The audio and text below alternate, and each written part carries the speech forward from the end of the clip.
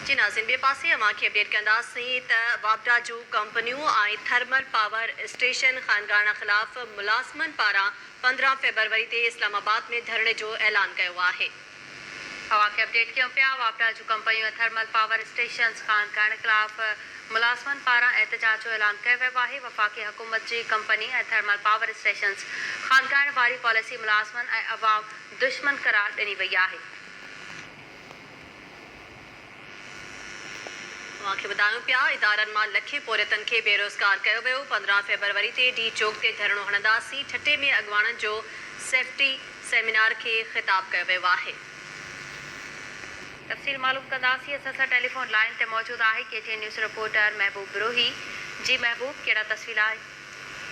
जी वापडा जे 10 मुख़्तलिफ़ कंपनियुनि ऐं 10 थर्मल पावर्स खे जेको आहे निजकारी पॉलिसी खानगाने ख़िलाफ़ मुलाज़िमनि जी यूनियन वापडा हाइड्रो इलेक्ट्रिक यूनियन पारां 15 फरवरी ते इस्लामाबाद जे डी चौक ते एहतिजाजी धरणे जो ऐलान कयो वियो आहे। उन सिलसिले में एसको ठट्टो ऑफिस में सेफ्टी सेमिनार थोड़ी देर अॻु में पुजारी ते पहुतो आहे, जंहिंमें hydro electric worker labour union जे सूबाई जनरल सेक्रेटरी इक़बाल अहमद निजकारी पॉलिसी ते सख़्त तफ़सीलात ज़ाहिर कया आहिनि। ख़िताब कंदे चयो आहे त अवाम दुश्मन पॉलिसी जे कंहिं बि सूरत में क़बूल न कई वेंदी।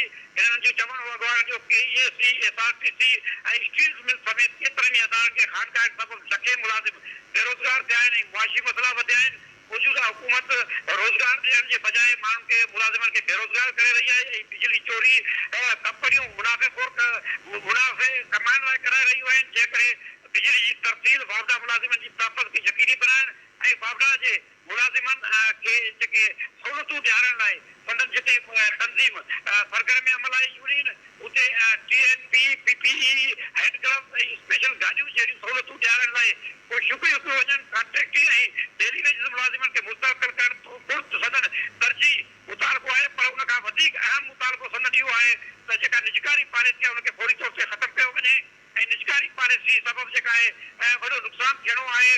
हुकूमत जी पॉलिसी जेका आहे निजकारी तरफ़ वञे पई ऐं निजकारी जे नतीजे में वापडा खसारे में हली वेंदी। तंहिं करे हिननि जेको आहे ऐलान कयो आहे, जंहिं करे सूबाई सदर जेको आहे मोहम्मद इक़बाल समेत जेके अॻवान आहिनि जो ख़िताब कयो आहे, जिन में साजिदुल्लाह ख़ान, मनान काइब ख़ानी, वहीद रिंद, मुनवर तारो, अमीर अली कोसो, मूसा ख़ान ऐं ॿियनि उन्हनि ऐलान कयो आहे त 15 फरवरी ते हैदराबाद में कराची ऐं हैदराबाद समेत पूरे पाकिस्तान जा सभई जेके मुलाज़िम आहिनि 10 मुख़्तलिफ़ जेके कंपनियूं आहिनि ऐं 4 जेके आहिनि पावर प्लांट्स आहिनि उन जा मुलाज़िम इस्लामाबाद डी चौक ते पहुची धरणो हणंदा ऐं धरणो उन वक़्त ताईं जारी रहंदो जेसिताईं जेके वापडा खे खानगाने वारो फ़ैसिलो मौजूदा हुकूमत वापसि नथी वठे, तेसिताईं एहतिजाज जो सिलसिलो जारी रखियो वेंदो। जी एहतिजाज जो सिलसिलो जारी रखियो वेंदो। महबूब बिरोही, तफ़सील ॿुधाइण लाइ तव्हांजी वरी महिरबानी।